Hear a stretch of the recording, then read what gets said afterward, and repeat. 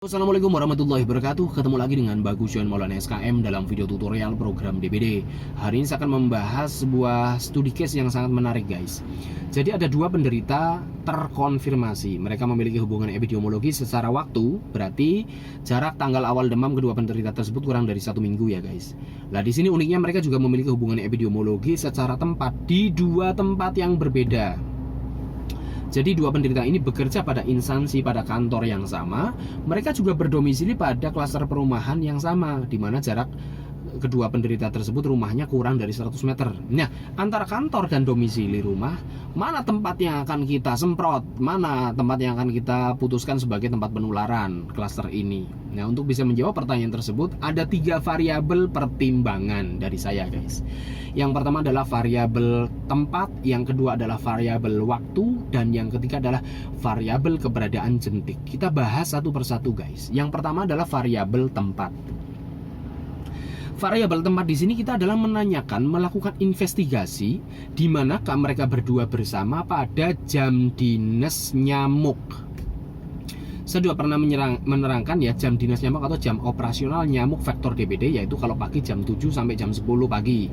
Kalau sore adalah jam 16 sampai jam 18 alias jam 4 sore sampai jam 6 sore. Nah, kita fokus ke waktu ini, jam dinas atau jam operasional nyamuk saja, guys. Jangan di luar itu ya. Pada jam-jam dinas nyamuk ini, jam pagi, jam sore, di manakah kedua penderita tersebut bersama? Ya, apakah di kantor, apakah di rumah, apakah di tempat yang lain? Untuk bisa menjawab pertanyaan ini, berarti kita harus tahu pola aktivitas kedua penderita tersebut. Mereka ngantor itu berangkatnya jam berapa, pulang jam berapa, atau mungkin shift apa kerjanya, kan? Bisa jadi mereka shiftnya misalkan, ternyata selama ini mereka adalah bekerja di kantor tapi shift malam terus bersama. Kalau shift malam kan mereka datang jam 9 malam, pulang jam 7 pagi. Berarti bisa jadi pada jam operasional nyamuk pagi, jam 7 sampai jam 10 mereka tidak berada di kantor. Bisa jadi mereka berada di luar kantor, apakah di rumah atau di tempat yang lain, ya kan? Kalau misalkan jam dinas nyamuk sore, jam 4 sampai jam 6 sore, mereka berada di mana nih? Kalau misalkan mereka masuk kerja pagi jam 8, tapi pulangnya ternyata setiap hari itu jam 19 malam kayak pegawai bank, mereka tutup buku dulu harian, melakukan administrasi sampai jam 7 malam. Bisa jadi berarti jam dinas nyamuk yang sore ini jam 6 sampai jam 4 sampai jam 6 sore ini mereka masih berada di kantor.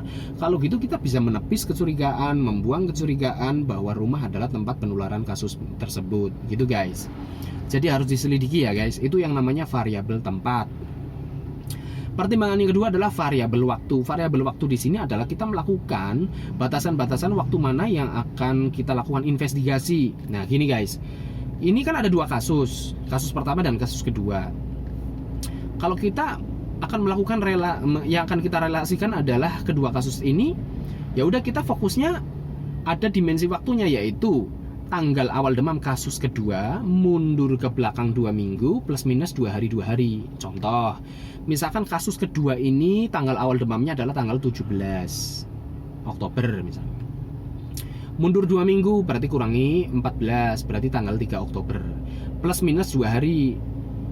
Maju 2 hari berarti tanggal 1 Oktober, mundur 2 hari berarti tanggal 5 Oktober. Berarti tanggal 1 sampai tanggal 5 Oktober lah. Kita fokus di situ aja, guys. Mempertanyakan tanggal 1 sampai tanggal 5 di manakah kedua penderita tersebut berada bersama pada jam dinas nyamuk yang tadi saya terangkan di variabel pertama. Jadi nggak random waktu kita melakukan investigasinya. Ya, kita harus fokus memberikan batasan waktu mana yang akan kita lakukan investigasi. Misalkan ada 3 kasus. Nah, 3 kasus ini ya kita berarti melakukan investigasi pada kasus yang ketiga. Tanggal awal demamnya kapan, mundur 2 minggu plus minus 2 hari gitu ya, guys. Nah, antara kasus pertama dan kedua bisa jadi memiliki tempat penularan yang berbeda dengan kasus kedua dan ketiga, guys. Jadi masing-masing kasus ini bisa saja memiliki tempat yang berbeda. Kita mau merelasikan kasus mana dan mana dulu penularannya gitu, guys. Itu yang namanya variabel waktu ya, guys. Jadi intinya kita mundur 2 minggu dari tanggal awal demam kasus terakhir dan kita memberikan batasan. Pentingnya memberikan batasan ini bisa jadi nih kayak tadi. Kita kan akan melakukan investigasi tanggal 1 sampai 5 Oktober kedua penderita tersebut berada bersama di jam nyamuk itu di mana gitu kan. Nah, Bisa jadi mereka tuh ternyata mutasian. Ternyata mereka sebelum tanggal 1 sampai 5 mereka sudah dipisahkan tempat kerjanya, bisa dipindah kedua-duanya atau salah satunya. Lah berarti kita nggak curiga dong bahwa kantor adalah tempat penularan kasus tersebut. Atau bisa jadi mereka datang setelah mereka bersama setelah tanggal 5 Oktober, ya. Tadinya di mana terus mutasi dia baru masuk setelah tanggal 5 Oktober. Berarti kita tidak curiga bahwa kantor adalah tempat penularannya, karena asumsinya terjadi penularan itu tanggal 1 sampai tanggal 5 Oktober itu gitu. Kalau begitu kita bisa menepis kecurigaan bahwa kantor adalah tempat penularan. Berarti bisa jadi oh mungkin di rumah nih tempat penularannya. Gitu guys, yang saya sebut sebagai variabel waktu. Kita memberikan batasan waktu. Variabel yang ketiga adalah variabel keberadaan jentik. Nah, kita juga harus tahu nih keberadaan jentik di kantor sama di rumahnya gimana. Kalau misalkan di kantor nggak ada jentik nyamuk, adanya di rumah, berarti kita harus curiga yang di rumah aja sebagai tempat penularan kasus tersebut.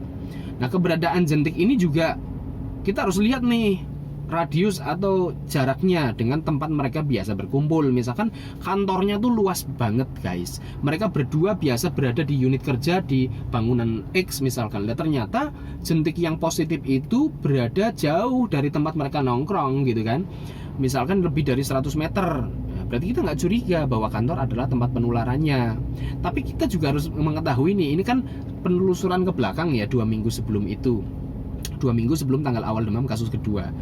Nah, siapa tahu pola-pola aktivitas bersih-bersih di kantor tersebut ternyata habis dilakukan kegiatan 3M atau Jumat bersih dan sebagainya, sehingga kita tidak menemukan jentik satupun di kantor. Lah, berarti kita harus tahu nih, beberapa minggu sebelumnya pernah nggak sih dilakukan kegiatan nguras kolam gitu. Jadi baik di kantor maupun di rumah kita juga melakukan investigasi seperti itu. Ingat ya, jarak terbang nyamuk kan 100 meter. Berarti kita asumsinya area epidemiologi penularan itu ya radius 100 meter dari titik tengah. Titik tengahnya itu apa? Titik tengahnya adalah tempat di mana kita menemukan jentik. Gitu ya guys. Jadi gunakan 3 variabel ini untuk menentukan nih kantor apa rumah nih yang akan kita semprot. Kalau misalkan 3-3-nya itu mengatakan yes di 2 tempat, ya, misalkan nih variabel, jadi yang pertama adalah variabel variabel tempat ya. Mereka berdua pada jam dinas nyamuk, jam dinas pagi nyamuk itu mereka juga di kantor bareng.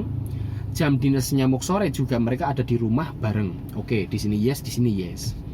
Variabel waktu pada interval waktu 1 sampai tanggal 5 Oktober tadi yang kita hitung, itu mereka di sini juga bareng di kantor, di rumah juga bisa bareng. Oke, berarti dua-duanya yes juga variabel waktu. Nah, variabel keberadaan jentik, ternyata di kantor juga ditemukan jentik, di rumah juga ditemukan jentik. Nah, kalau 3-3-nya yes antara kantor dan rumah, mana yang akan di fogging?